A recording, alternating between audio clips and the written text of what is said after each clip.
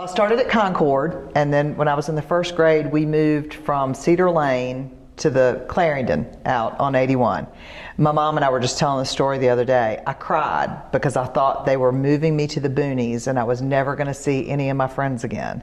If you remember back then, what was T.L. Hanna on 81, there was nothing between T.L. Hanna and the neighborhood of Clarendon except for the Greenville Street Grocery, which was a little bitty mom and pop gas station. And that lake that's out there behind EdMed now, that was when we would go on our hikes into the woods, and we would go down this little trail in the back of Clarendon, and we thought we were out in the middle of nowhere, and now it's doggone near in the middle of town. But yeah, so I grew up here, been here my whole life. We moved back to Anderson, I think I was 2. Daddy had just finished law school. I was born while he was in law school. And I was raised up here and raised up somewhat in that courthouse across the street, and then professionally raised up in this courthouse. I think I knew from about the 3rd or 4th grade that I wanted to be a lawyer. I went to work with him a lot. I came to the courthouse to watch him a lot, or that courthouse over there, a lot. So I was always around it. I think the first time I ever went to the jail, I was 5, and we went on his motorcycle, and he had to go see a client. And I remember back then, if you remember, you could drive up to the back where that, what do they call it, a portico or whatever, and you went in that back door where there was a big iron bar, you know, you went through where they took the prisoners through. And I remember walking in, you know, here I am this tall and he's this big and he's holding my hand, and they clinked that door shut, and he left me sitting in there with one of the guards while he went to talk to a client. And so it's just always around it. I mean, the first time I ever went to the jail, somebody said, "Aren't you afraid?" I said, "I've been coming out here since I was a baby." No, I'm not scared. These guys, I'm helping these guys. They're all right with me.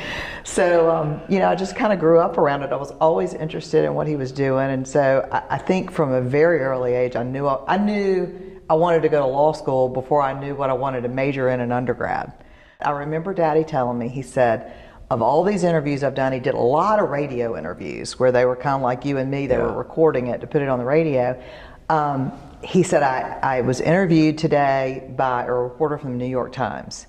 She went to law school, she's a lawyer, but she does legal writing for the New York Times. And it was so refreshing to talk to her because I didn't have to explain the 8th Amendment. I didn't have to explain the legal process to her. We just talked about the case and she understood it.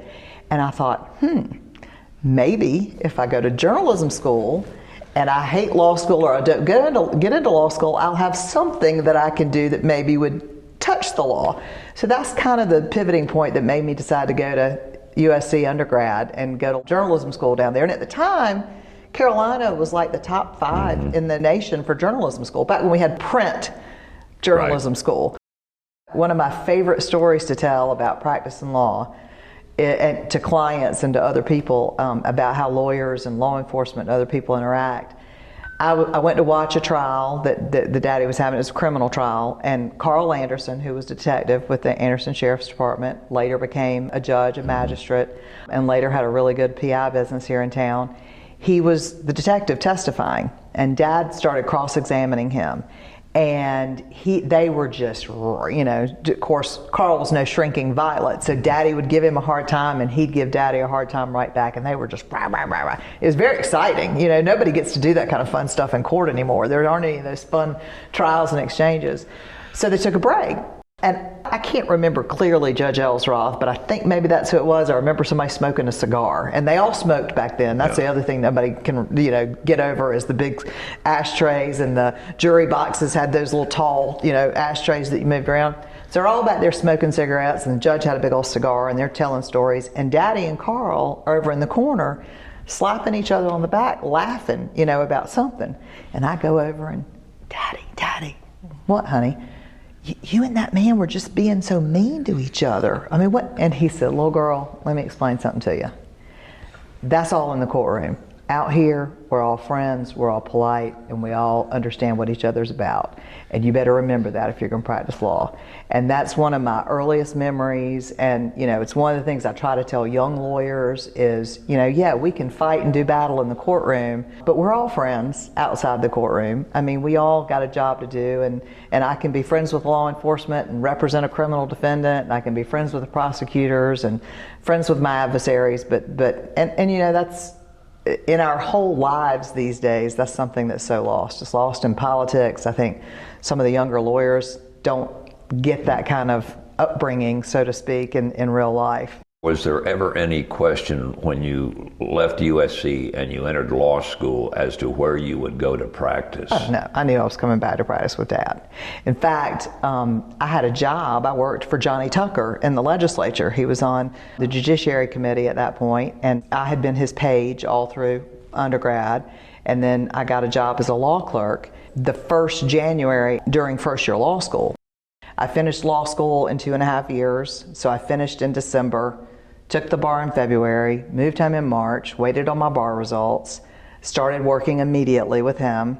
He was in the hospital not long after that, and then I got sworn in June, and he died July 31st. Wow. So I didn't he saw me try my first case.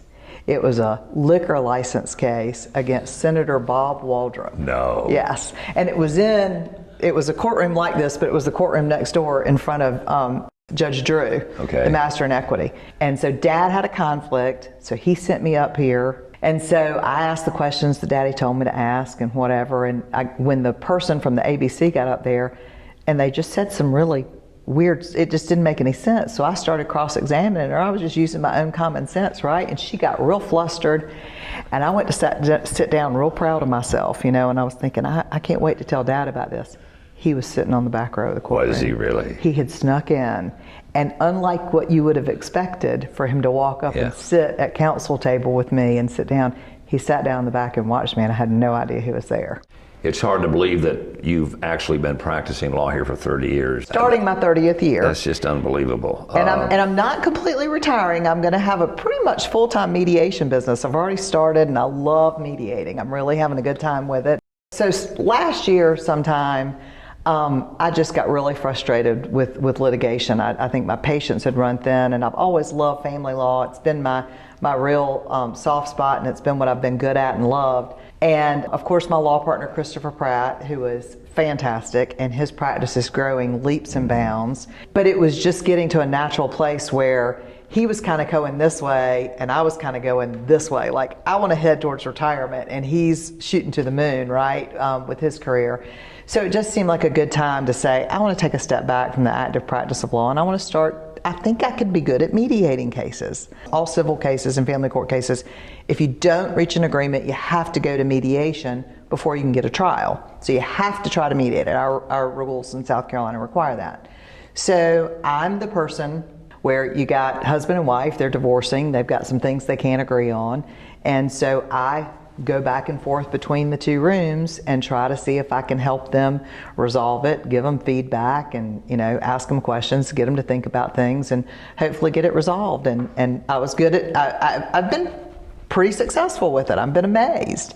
And it's really fun. I like it a lot more than I thought I would, and I'm getting a lot of calls to do it. So my new business is Thomason Mediations, and I've got a website, and lawyers are calling me all the time, so I think I'm going to be as busy with that as I want to be. But I want to spend a lot of time with Mama Jo, and I want to spend a lot of time with my husband Dave. We're going to travel some. It's going to be fun. And Christopher is going to be Pratt Injury Lawyers. He has bought a building on Main Street, the building right next door to Domino's, right, that kind of sits back from the road. Mama Jo has sold the law building. I think Daddy, Allison Long, and Mike Mullinax moved in there, I think in 1974. So almost 50 years it's been a law practice. I told Christopher, I said, I think that we're the only two lawyers I've ever known that are going to separate our practices, and we're having a party to celebrate it. We're having a party to celebrate our 10 years of success, and wishing each other well. And the best move I ever made in all 29 years was to make him my partner. Yeah. And I'm so thankful that he decided to come in with me when he did. It really changed everything for me, and is one of the reasons now that I can do what I'm doing and not work so hard. And I did a lot of stuff in the beginning, but the last 10 years have been nothing but family law. It takes a special kind of disturbed person to do that, to do nothing but family law in a good way, disturbed in a good way. But But it also takes a toll. It's so emotional. Everything in family court, it's always emotional. Everything with the kids, people's lives changing, and the financial, implications. So I think I deserve a little bit of a break after all that. And as an attorney with a heart, you tend to take that home with you, don't you? Oh, yeah. Oh, gosh. And my husband will tell you, she never shuts it off. She's texting, she's emailing, she's calling. And he would say, you got to stop, honey. You can't work. But it's their kids, honey. Or it's, I got to get something filed, or I got to get this email sent. And so family law tends to really take over your life, more so than some of the other kinds of civil cases, I think. Looking back on your career, what are you most proud of? I'm very proud of the adoptions that I've been able to help get finalized. I'm really proud that I think a lot of people appreciate me in family court, and that I was able to do a good job for most of my clients. I learned a lot over the years. I did a lot of public defender volunteer or contract work back in the early days before they had the roving list.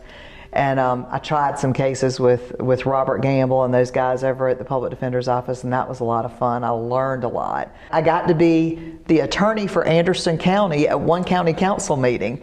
I don't remember the whole circumstances. I remember going up and sitting in the old courthouse at that thing going, what in the world am I doing here? I don't have a clue. Why did they ask me to do this? But I don't remember, either we were between county attorneys or somebody was sick or something, and they basically just needed somebody to come sit there, because I was totally pretended, because I don't know anything about administrative, government law. Yeah. But I think maybe they asked me one question about parliamentary procedure or something. I was thankful I could answer that, and I didn't have to do anything. So I was county attorney for one meeting. Helping people and being able to help them in this environment that they're not used to and they don't know anything about, it's a fun life. I think what we see on the public stage politically, you either got to win or lose, and there's just not a lot of middle ground. I think, some of the younger lawyers see it that way, and I hope that that 29 years from now, some of the younger lawyers that are coming in will have enjoyed themselves as much as I have. I think that's getting harder and harder. But I will tell you the one consistency. I am proud that Anderson and the 10th Circuit has always had fantastic judges. The one thing that has not changed at all since, even though the judges have changed over, we've just always had fabulous judges to practice in front of. And that's one thing that Anderson County and the 10th Circuit should be proud of, because that's not true across the state. I talk to a lot of other lawyers from other places, and they envy us in Anderson. And the judges that predated them, I mean, you had the Agnews, you had the Ballingers. Oh, yeah. You had Judge Curitan, Frankie McLean. Yeah. And they were all great, and I learned from all of them. It made me a better lawyer to have judges like that. Mediation is a great tool. It's a wonderful process to help people. They get a chance to say what they want to say. They get a chance to be heard. But if they can resolve it in a day, sometimes we go back for a second round, but in a couple of days, usually it's less than a day.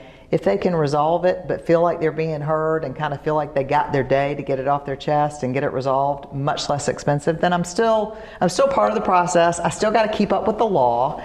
And I'm still helping people get things resolved, so I like that.